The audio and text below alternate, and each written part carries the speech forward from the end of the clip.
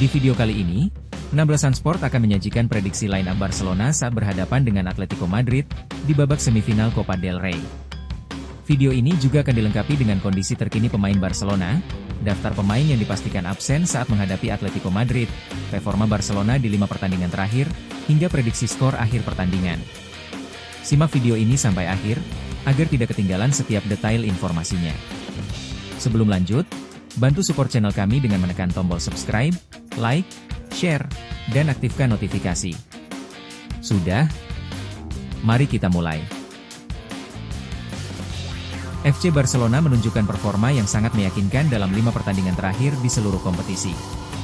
Rentetan hasil positif ini dimulai pada 25 Januari 2026, saat Blaugrana tampil dominan di La Liga dengan menaklukkan Real Oviedo 3-0. 4 hari berselang, pada 29 Januari 2026, Barcelona melanjutkan tren positif mereka di Liga Champions. Menghadapi FC Eindhoven, Barcelona tampil agresif dan efektif, meraih kemenangan telak 4-1. Momentum kemenangan berlanjut di ajang La Liga pada 1 Februari 2026. Barcelona sukses mengamankan 3 poin setelah mengalahkan Elche 3-1. Pada 4 Februari 2026, Barcelona kembali menunjukkan mental juara di Copa del Rey. Menghadapi Albacete, Barcelona menang 2-1 dalam laga yang berjalan ketat. Rangkaian 5 kemenangan tersebut ditutup dengan hasil impresif pada laga terbaru di La Liga, saat Barcelona mengalahkan Mallorca 3-0.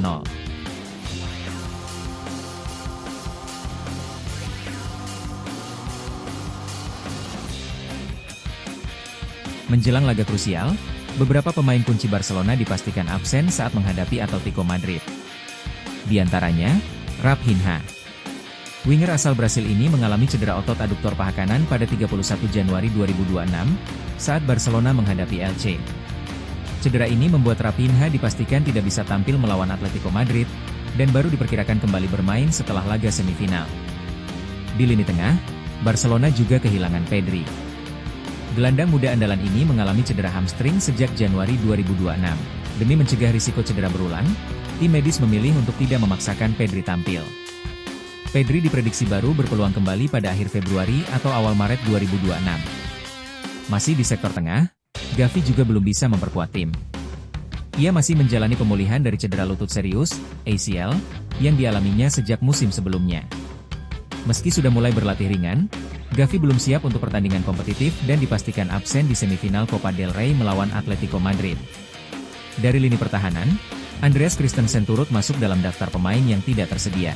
Bek asal Denmark ini mengalami robekan parsial ligamen lutut, ACL, pada Desember 2025 saat latihan. Cedera tersebut memaksanya absen cukup lama, dan ia juga dipastikan tidak akan tampil menghadapi Atletico Madrid, dengan perkiraan kembali bermain pada akhir Maret hingga April 2026.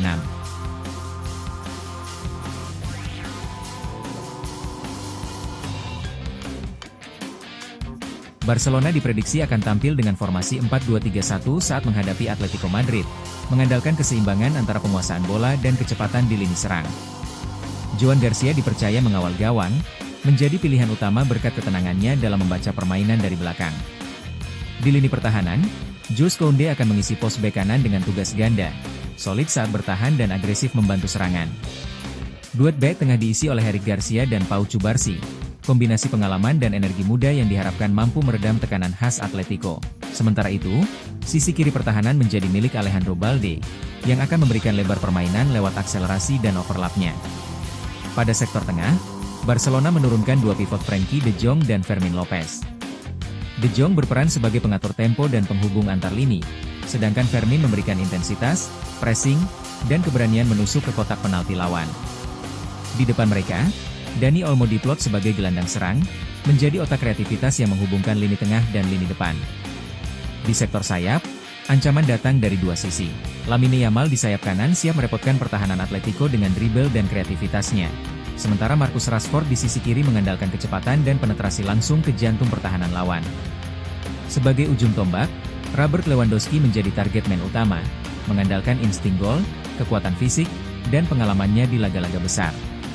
Dengan komposisi ini, Barcelona diharapkan mampu tampil dominan namun tetap disiplin, menghadapi Atletico Madrid yang dikenal solid dan agresif dalam transisi.